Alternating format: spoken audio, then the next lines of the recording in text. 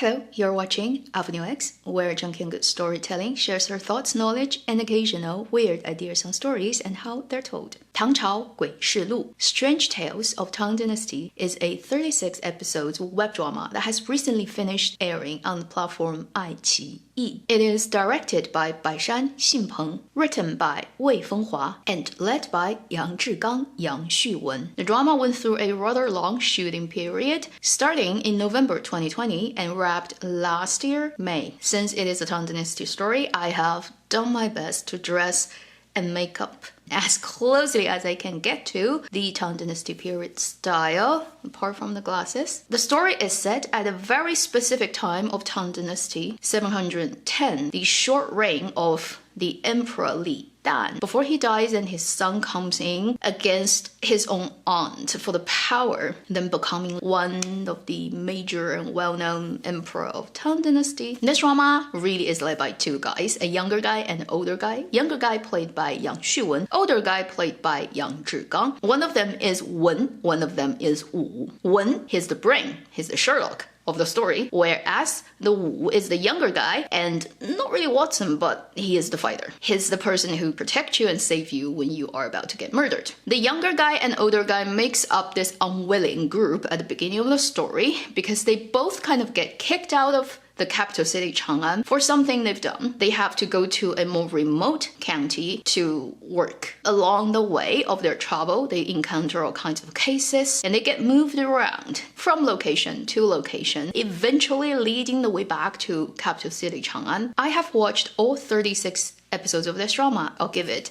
a 1.5 gold mine rating. I will go into details about why I give it such a rating. First, I want to mention a couple of things. Number one, among the two credited production companies of this drama, one is iQIYI, its airing platform, the other is Changxing. This is a company that is kind of a family business of the owner of it, whose name is Guo Jingyu. He has been working in dramaland for a long time, mostly making dramas that features his youngest brother as the male lead actor, Yang Zhigang, who is also one of the two main leads of this drama. They mostly do dramas that are set in mid of last century, around Mingguo, or a bit later, and often gets criticized for its very repetitive themes and the male lead actor who always acts very repetitively in his very recognizable, iconic ways. Most of my parents' age TV watchers of Chinese dramaland know him. Among younger audiences, he doesn't have the best reception and reputation. I would confess, I am one of those people in the later group of demographics that I could never stand this actor's acting. And there have been a couple of dramas this company has produced, this team has produced, that were very controversial in the last couple of years. So that's one reason that stopped me from initially going into this drama. Second thing is the other male lead actor, Yang Xuwen. He is kind of entangled in a case that happened quite a few years ago, and he came out of it clean. Legally, criminally, he's not charged with anything, but because the nature of the case, it's not the best thing that can happen to a person. He still has a very controversial, let's say, public reputation. At least from what I observe, almost every major big account content creators from China just avoid talking about his work completely. Which is why this drama, although it's doing pretty well on iQIYI's platform, and for people who've watched it, mostly giving it very positive reviews, you don't see almost any major reviewers talk about it, aside from one person that I at least caught has talked about it. Everybody else just shuts up about it. I think they're just trying to avoid trolls that would come in if they talk about this drama in their live comment section. It's gonna look very ugly. And then I told myself, let me just look at this drama for its first shot of the first episode. If it's a sign for me to watch it, I will. I turned it on after the title song. The first shot of this drama, go and check it, is a night shot of a roof that's a silhouette. You have a bright moon behind it, you have the tree branches, the shadows, it's on the rooftop, and there's a cat.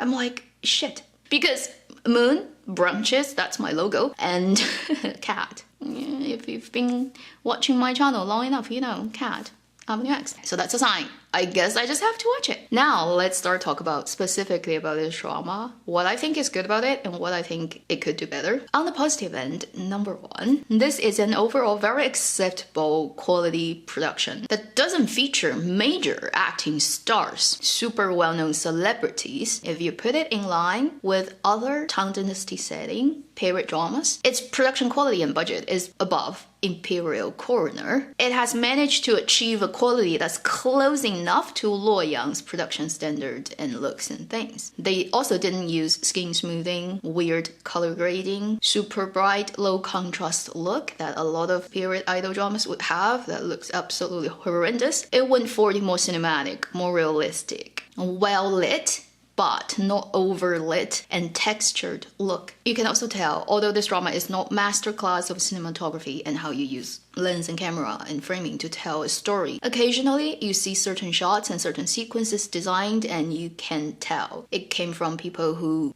really sat down and think through what they want to make, didn't make it on the fly, and had plan and had purpose of why we use it this way. So overall, this drama as a web drama that doesn't go on satellite television, that doesn't really promote itself at all, and doesn't feature super well-known stars, the level of dedication that this drama presents you is already beyond my expectation. Number two, this is a very Kouti drama, which means it has a title and the drama is really about its title. The type of folklore, superstitious, supernatural power that sets the atmosphere of all those cases, but eventually when you solve all the problems, it's a human-made crime that just dressed up to look scary. If you've watched the film quite a few years ago now, Legend of the Demon Cat from Chen Kaige, it has that similar atmosphere. That's the easiest and quickest way for you to visualize what this drama looks like. And I like this overall style of mystifying something and then solve it with human efforts. It's a very entertaining genre and type of way of telling detective stories. The third positive thing and the most surprising thing to me is I totally didn't expect I'd sit through 36 episodes of Yang Zhigang's performance and not feel weirded out or couldn't stand it as compared to his other dramas. Like I've already said earlier in this video, because he almost exclusively only works in the productions that's done by his brother. So he's very limited with his range of characters and he has a very peculiar way of speaking. His rhythm is very his. You either really like it, accept it, or you just feel it's very theatrical and very fake and nobody really talks like that in real life type of situation. I just could never sit through his performance and not feel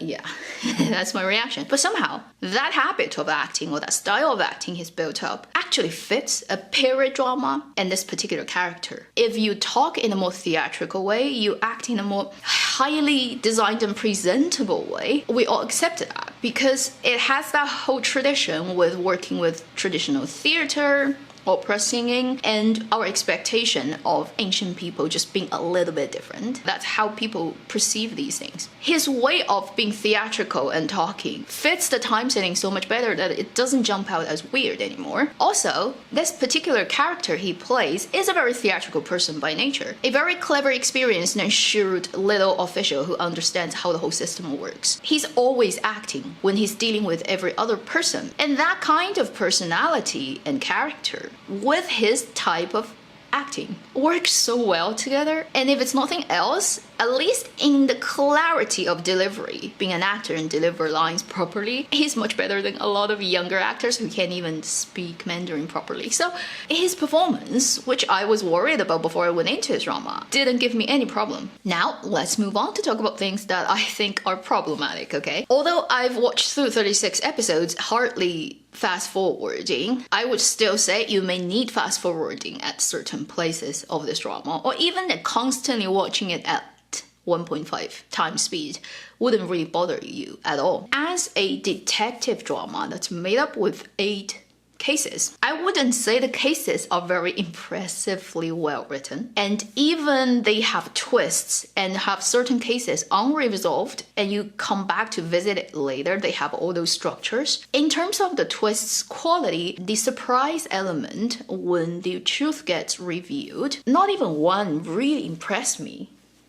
in any significant way. The second thing on the negative end, I would say, to me, okay, again, very personal, is I still don't have as much feeling of involvement of this story after I've watched the 36 episodes as, say, after I've watched Imperial Coroner. Because I think for that drama, it has successfully delivered me a couple of characters I really like and care. I care about their relationships, their romantic stories, but also their career development as individuals and their aspirations and all that. Not so much for this drama. After I've watched it, for Yang Zhigang's character Su Wuming, for Yang Xuwen's character Lu Lingfeng, for the girl, the two female characters who are paired up with our two male leads, I couldn't feel attached to any of them emotionally or just in a way being curious about their future development. So I think, at least to me, the characterization, the personality, creating successful, luring, attractive characters that really makes you care about them and want to find out what happens to them, that task of this drama hasn't been so well achieved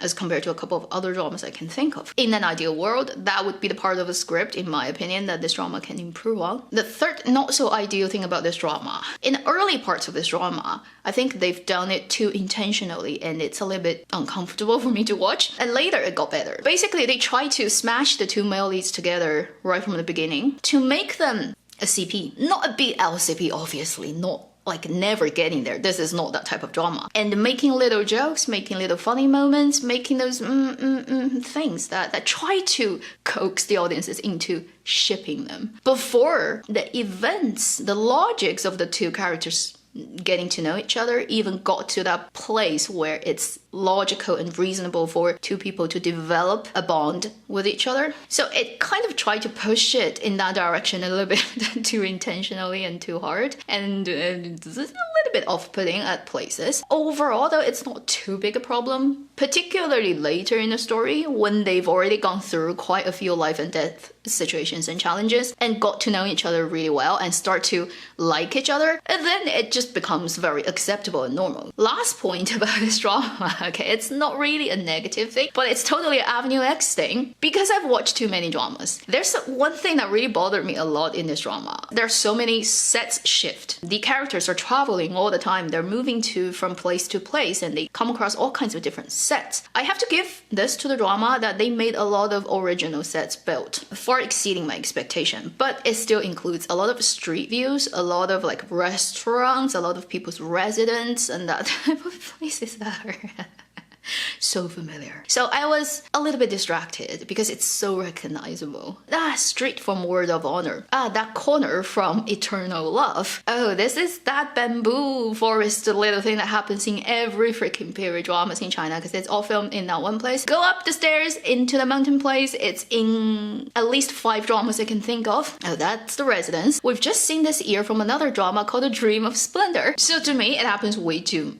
many times to the point that often I lose track of what the actors are speaking during the scene because I'm thinking about the other drama or the drama 4 that this scene has been used, and I wonder often I have to come back and drag the playhead back to see what's going on. At the end of this video, I would say this is a rather watchable, definitely worked better than I expected period detective drama, and I'm very thankful to the people who urged me, whether it's on Discord or on Weibo or other places, nudging me, go and watch it, go and watch it. I know you probably worry about this and that, but go and watch it. I ran through the 36 episodes.